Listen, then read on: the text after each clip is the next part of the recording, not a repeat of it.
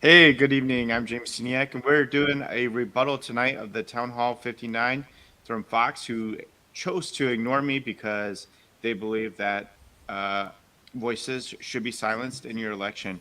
So we're doing a rebuttal tonight. We're going to use the same questions that they used for the other two candidates.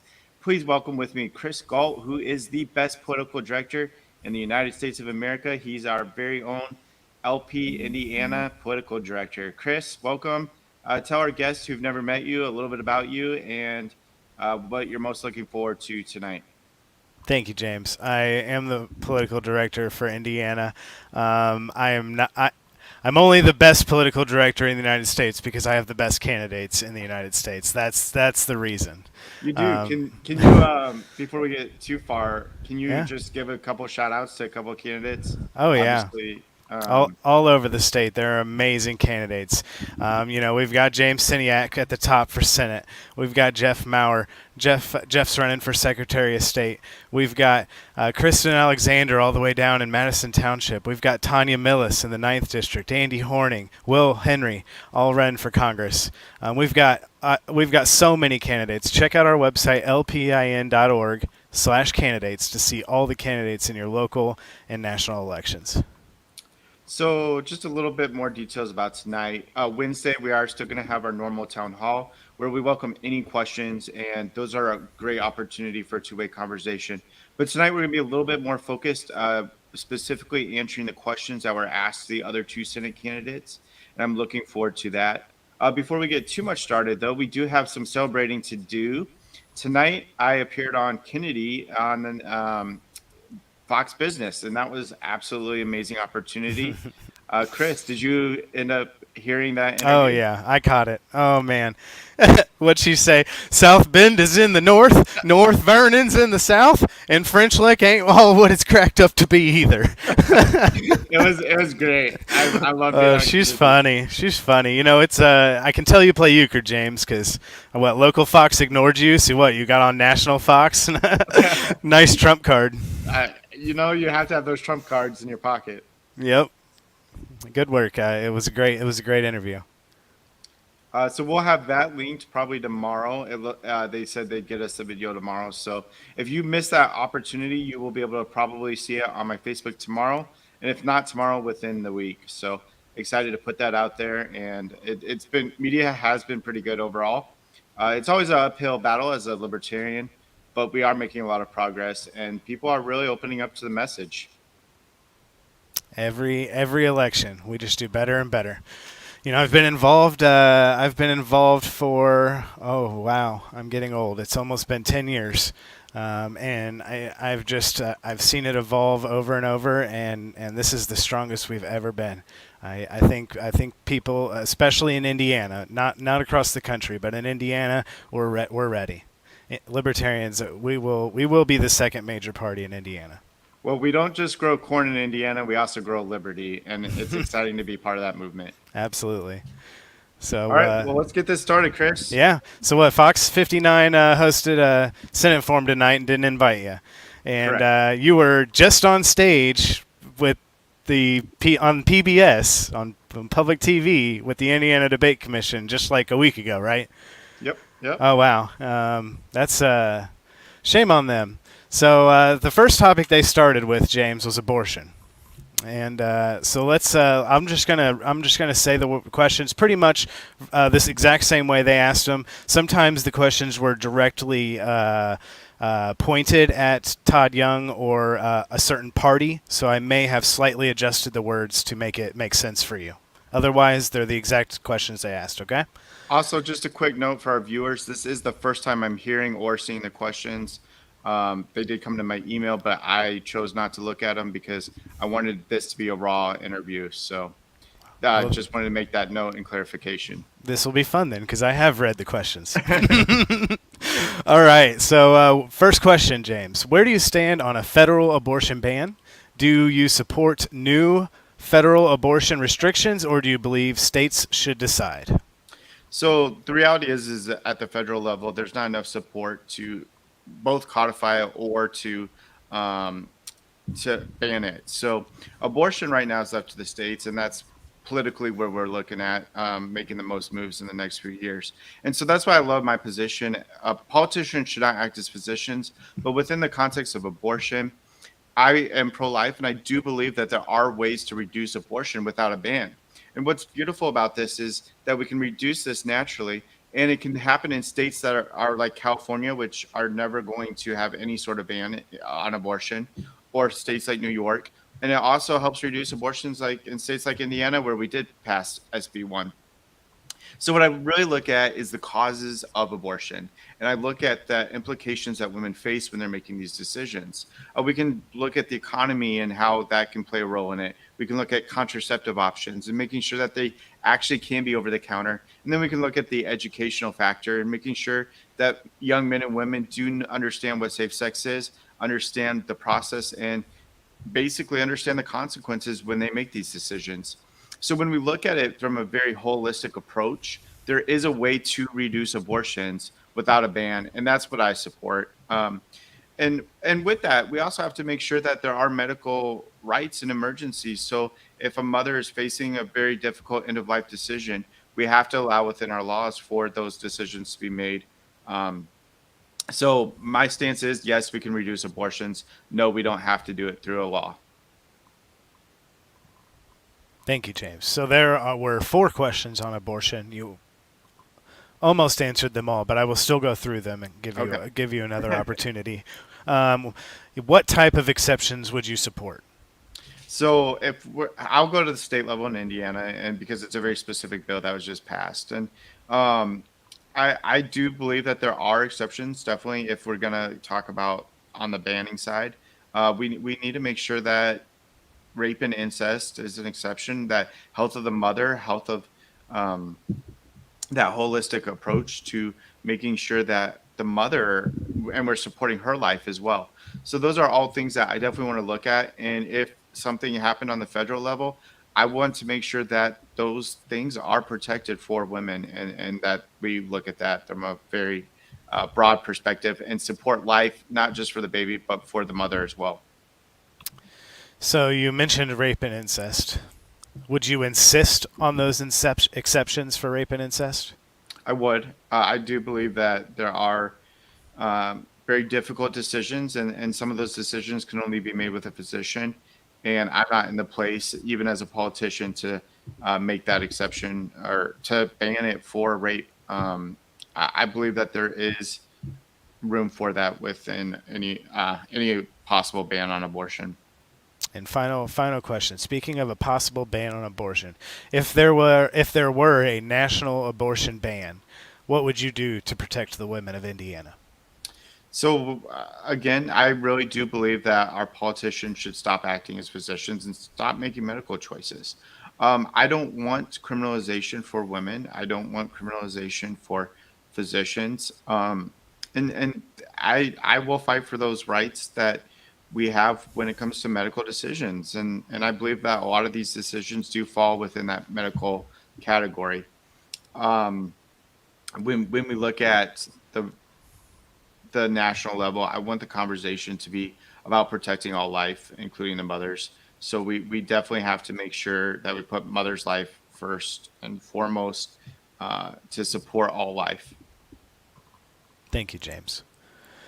On to different subjects. 74% of Americans disapprove of Congress right now. How do you fix Washington? This is a great question. I couldn't ask for a better one. Vote differently. People are fed up with Congress. People are fed up with the Senate, and people are even fed up with the presidency, especially in Indiana. And really, the reality is we've gotten into a two-party system that really is about a lot of rhetoric, but little doing anything for the actual average Hoosier. So again, if we want a different change in Washington, D.C., we have to vote differently. And by that, we have to look at real solutions. And so the reasons people are fed up with Congress is because they don't feel that Congress actually represents them. I believe that when you look at a politician and anybody who is going to represent you in Washington, you should look for a public servant, someone who's actually going to listen to their constituents, someone who actually wants to represent who's your values in Washington. And so I encourage people to look beyond your typical politician, and to look for people, average Americans. And I believe this is how America was founded. It was founded with average Americans who wanted to make a difference. It's not an elite mentality. It's not about career politicians. And this is why we have such dissatisfaction. But with that, you also have to go vote. So not only do you have to consider all the options, and in this case, the libertarian option, but you have to actually make that action of voting. Many people forfeit their right to vote, and that's sad. A lot of these, when we talk about voting specifically for women, for example, it was fought for decades, and the fact that I know personally very a lot of young women who aren't voting is really discouraging. We have to raise our voice and have it heard in Washington. Great. So, how do you handle the political divide in the U.S. and encourage bipartisanship? Well, so that's part of the reason I'm running. I There are a lot of extremes right now, and we hear a lot of extreme rhetoric on the media. We see the very far right side of things. We see the very far left. But as a libertarian, I actually believe most people fall somewhere in the middle, and not just the middle, but they also fall in the more freedom-leaning categories. So the reason why they are attracted to the Republican Party, for example, in Indiana, is because they want less government spending. They want smaller or less intrusion on their personal lives. They want their Second Amendment rights. And then a lot of the Democrats that I've talked to, they want their First Amendment rights. They want um, medical freedom. And so, really, when I talk to individuals, the Hoosiers that make up Indiana, they want something more in the middle. They just tend to go to their party that they believe are fighting for the rights that they want and the freedoms that they want. But the reality is we can have that voice that fights for freedoms for all Hoosiers, and we don't have to be stuck in this two party system that really just isn't representing the average American. The duopoly. The duopoly, for sure. What actions can we take to combat historically high inflation? So, inflation is one of the best questions right now because it's so relevant. I was just in my own hometown county, Johnson County, doing a fair, and Allison came up to me and she asked something general about inflation, and I said, "Look, many people are living paycheck to paycheck," and she quickly stated, "Well, that's me, and it's really hurting me right now." And so that's what I'm feeling. I'm feeling that pressure. From Hoosiers who do live paycheck to paycheck or aren't sure where their next income is coming from. And inflation is really hurting. So I heard a story of an individual who had to choose between school supplies and had to choose between food. So it's a very relevant and real topic. We are in a recession, despite what the president says, and that's something to note. We can talk about different outcomes of the economy and what the results will be, but the way we fight it is to stop printing so much from the Fed. Which, if you look at that, how do you stop printing so much from the Fed? Well, you have to reduce the spending on the federal level. You got to get the balanced budget. You have to have a real plan for how we spend that money in Washington, D.C. And so, as a libertarian candidate, I'm the only one promoting responsible spending, fiscal sanity. I'll point to the debate on this issue. Todd Young, he's against spending when it's the Democrats, but he actually spends more than Bernie Sanders, and he spends more than Warren. So, as a Republican, he's spending more than some of the top spenders in the Democrat Party. He attributes it all to COVID, but the reality is he's still spending, and the CHIP Act is a perfect example of that. Now, on the flip side, uh, McDermott actually called him out on this, which kind of surprised me in the debate, just because I've heard a lot of speeches by McDermott. He's never talked about inflation, and the reason he never talks about it typically is because he has no real solutions himself. He even the next day, even after calling out Todd Young on the CHIP Act, he said, "I would also support the CHIP Act." So you're not getting any real solutions from him. What he's saying is Todd Young is two-faced and a hypocrite, which he is. But Tom McDermott wouldn't do anything different. And I'll point to his city as a perfect example. His city is a couple $100 million in debt. So in Indiana, where we actually have a surplus on the state level, his city is one of the worst in a deficit. So we're not going to get any real change with him on this issue. And so if we want to reduce inflation, let's go back to fiscal sanity, a balanced budget, and someone who really wants to represent your wallet in Washington, D.C. Amen. Um, what'd you call him? The Duke of Spindenberg? The Duke of Spinningsburg. Uh, I was debating on using it in the debate stage. I perhaps I should have, but I actually did call him out on Kennedy with that name. I'm not one for name calling, but when the name fits, it you can't argue it. And the reality is when you have someone spending that much in Washington D.C., he needs to be called out on it. Switching gears a little bit, got a couple questions on foreign policy. So, how does funding the Ukrainian army or Ukrainian military benefit taxpayers in Indiana? So it doesn't. And I'm a non-interventionalist. I look at war as a very taxing thing, and I don't mean taxing just in dollars, but I mean on the individuals who go to war and Ukraine. So when we're talking about the spending, we're just accelerating this war, and it's happening faster.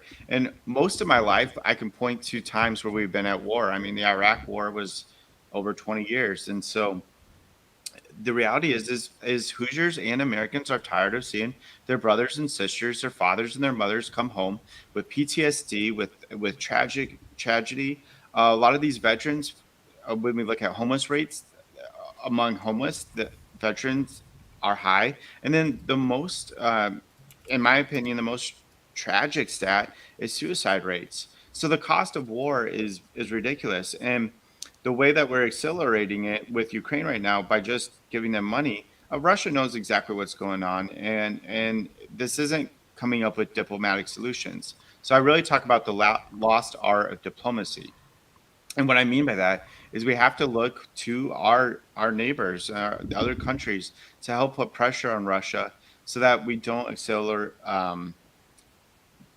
we don't go to war unnecessary, and we can come to the table, look for the pressure, and sometimes that means going to neighbors who we don't even agree with, such as China. If China can put some pressure on them that we aren't able to put on, but there's a lot of things that we can do. War doesn't have to be the iceberg that sinks the Titanic. We, as the Titanic, can stare around it and look for those diplomatic solutions.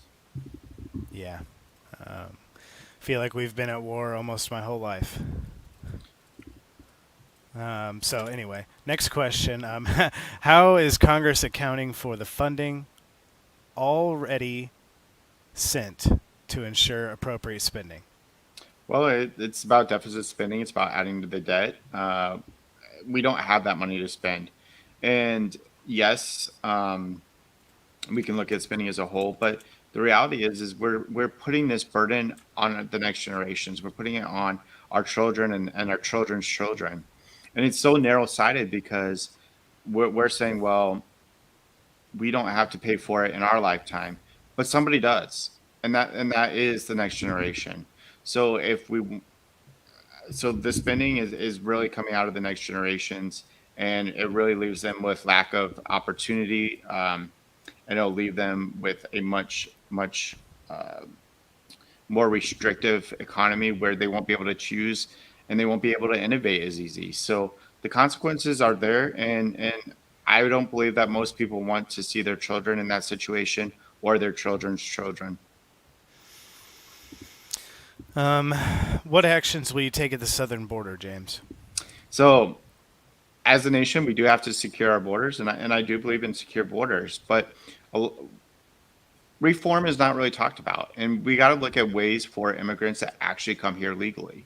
And so, as I point to a castle, every castle has a moat. We need that security. We need a process, and we need to make sure our borders are protected.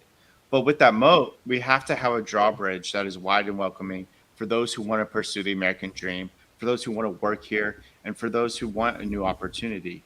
And so that actually will reduce illegal immigration. If we have a real process for individuals to get here, people won't be searching for an illegal way. And then we won't have the drug lords using just everyday people to fence their drugs coming in. So the reality is we can actually have more secure borders by having a real process that still vets individuals coming in, but have that process for people to come in. So there's a lot we can do on the southern border, and we do need a secure border. What a fresh idea. Wow, that's very refreshing. Will you take immediate action to legalize marijuana in Indiana? So again, I'm running for a federal level, and so everything I will do will affect the nation, and hopefully it'll go down to Indiana. But yes, I support the MORE Act, which did pass by Congress. The Senate dropped it as I anticipated it would, and so that is an issue there. But it's not a third tier issue like my opponent said. It's a real issue that affects many households and many people who um, have had separated families on this issue alone. And that's really something we have to look at from the criminal justice perspective. And then from the economy perspective, I believe that we can have a blooming economy around cannabis. So that's another important part of that. And so the more act, I support it. But there's also an easier way to do it. Biden points to this fancy, oh, I'm going to pardon everybody with I forget the exact term, but basically it doesn't affect anybody because nobody gets a federal charge on that issue unless you're in an airport possession. That's what I'm looking for. So a federal possession, you only get it if you're in an airport or very rare circumstances. It really did nothing on cannabis. He just did it as a midterm talking point so that Democrats can have something to run on. The reality is he could promote a descheduling, and that doesn't even take legislation. That just is a administrative move, and that is a very real thing that can happen on the national level. So both of those items can be addressed, and I would do it from the legislation perspective. But I also want to change the conversation as a whole and really open up cannabis for Americans who, by the way, more Americans can already get it than not. So we're definitely behind this on this issue in Indiana. Thank you. So, what do you see as the major problems with our healthcare system, and what should Congress do to fix them? Well, there's a lot of this is a very broad question. There's a lot of things wrong with our healthcare system. If you look at in Indiana, we have one of the highest issues with uh, infant mortality rates, and we also have a nursing shortage. I'm going to talk about the nursing shortage first off, and I talk. This individual is from Northern Indiana, my hometown area, and she wrote me an email and she said, "Look, we can't even have enough staff in our nursing homes." And she says it's actually because of how much regulations that the nurses are feeling right now that we can't even staff. So we definitely need to make nurses' jobs easier so that we can actually staff appropriately. And that's sometimes by looking at ways to eliminate some of the red tape and burden. But on a bigger, much larger level, we need to open up the patent wars and make medicine more competitive and make it more affordable for Americans. And when we open up the patent system, we will do just that, and it'll drive down costs. And I believe that will really give solutions for everyday Hoosiers who are are having trouble affording their health care. Yep. So, would you support term limits on all federally appointed and elected officials? Absolutely. Term limits. The best way to enforce the term limit is to vote them out. But we also need accountability with the system as a whole, and this is where we get career politicians. So I believe, as a congressman, 3 terms, as a senator, 2 terms, and then as a president, 2 terms. And I believe that this will bring more accountability.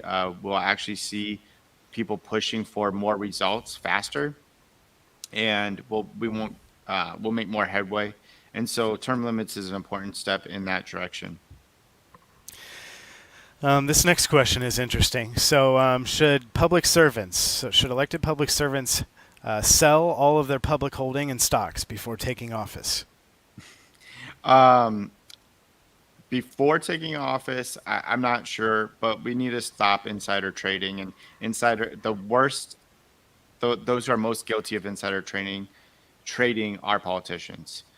I really look at sports betting as an example, and I believe a lot of people can relate to this. But if you look at athletes, they're forbidden from any sports betting because they influence the outcome of the game. Makes sense. Everybody understands this. Well, same thing with Wall Street and same thing with the stock market.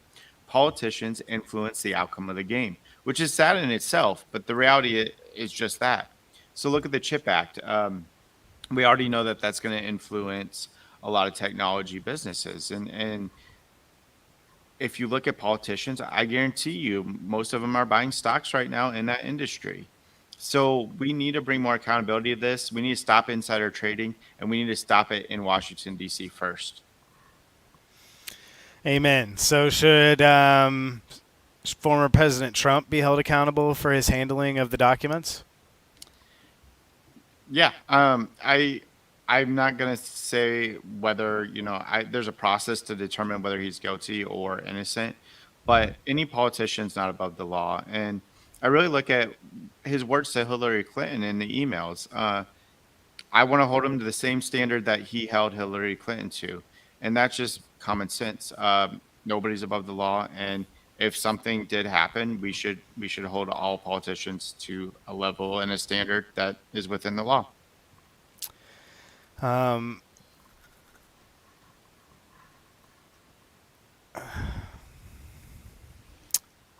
Regarding Trump's actions after the election, um, if if elected senator, if that happened again, how would you take a stand?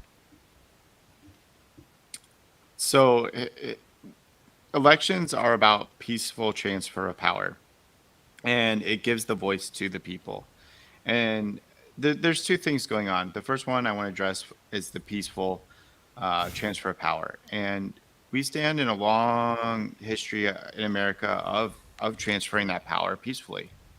Other countries, not so much, and we need to encourage that as any elected official. But the second thing I want to address is why people's votes, why they didn't feel like their votes didn't count, or why they felt the system was rigged.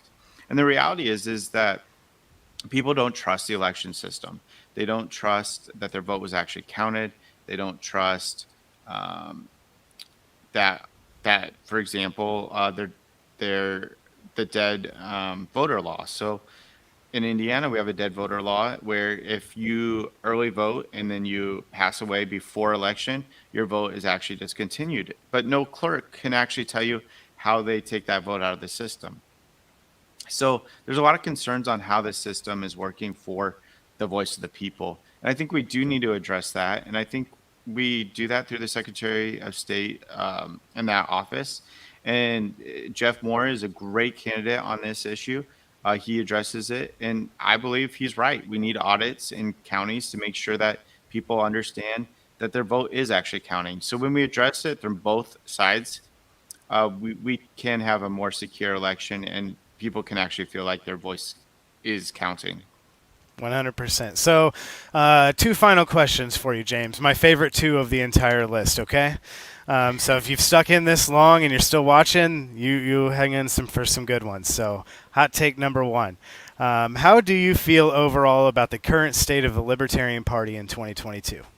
The current state of the Libertarian Party in 2022, I'll address it from Indiana. We in Indiana are setting the standard for liberty, and people are open to a new perspective, a new idea. They're tired of the two-party system of both of them increasing taxes, both of them increasing spending, both of them not looking out for policy that will affect future generations.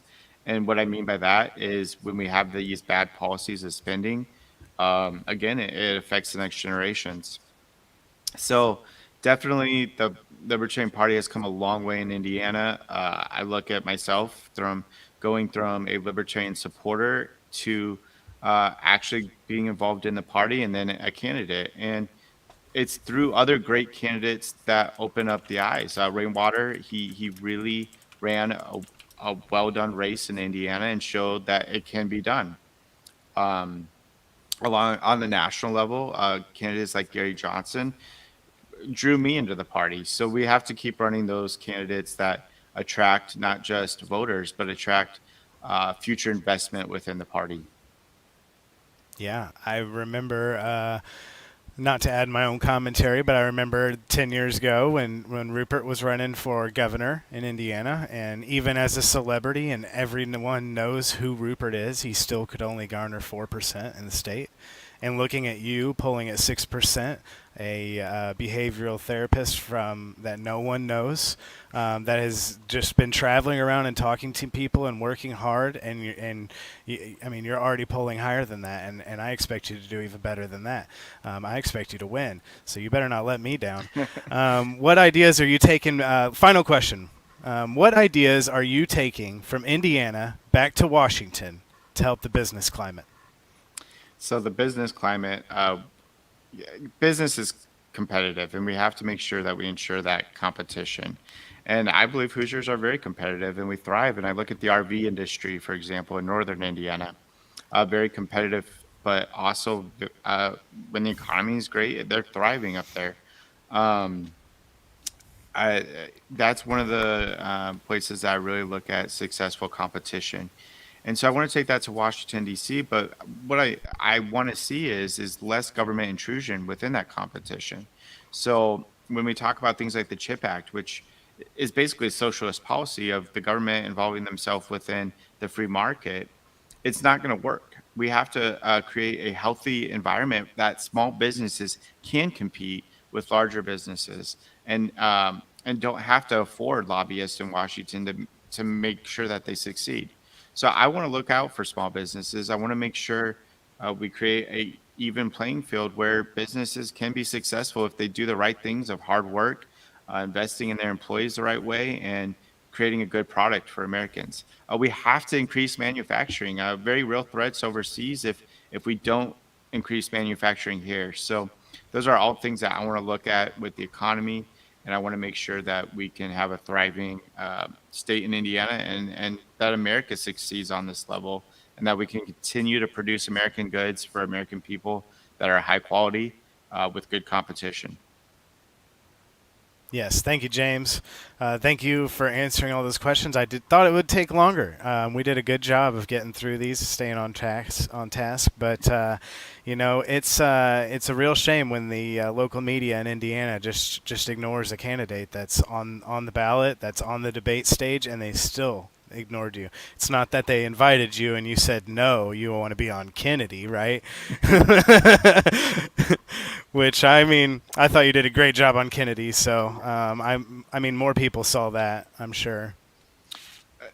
And that's the thing is we do have to look at what is happening and the optimism that is there. We're getting national attention. I mean, that's important to note. As libertarians, we've come a long way. Indy Star did a really nice profile on me. They did a well written write up. But we have had a strategy. I have had a strategy within my campaign to get media, and it's working. You guys are seeing the results, and so it can be done. But there's more work to do. Fox 59 unfortunately thinks that you have to buy your way in as a candidate, um, and it's unfortunate that they think that forums should be bought rather than um, a fair opportunity for those that are on the ballot. And we're going to see a change. Um, we've been talking to a lot of media about how to do that, so we're definitely going to see a change within the next few election cycles.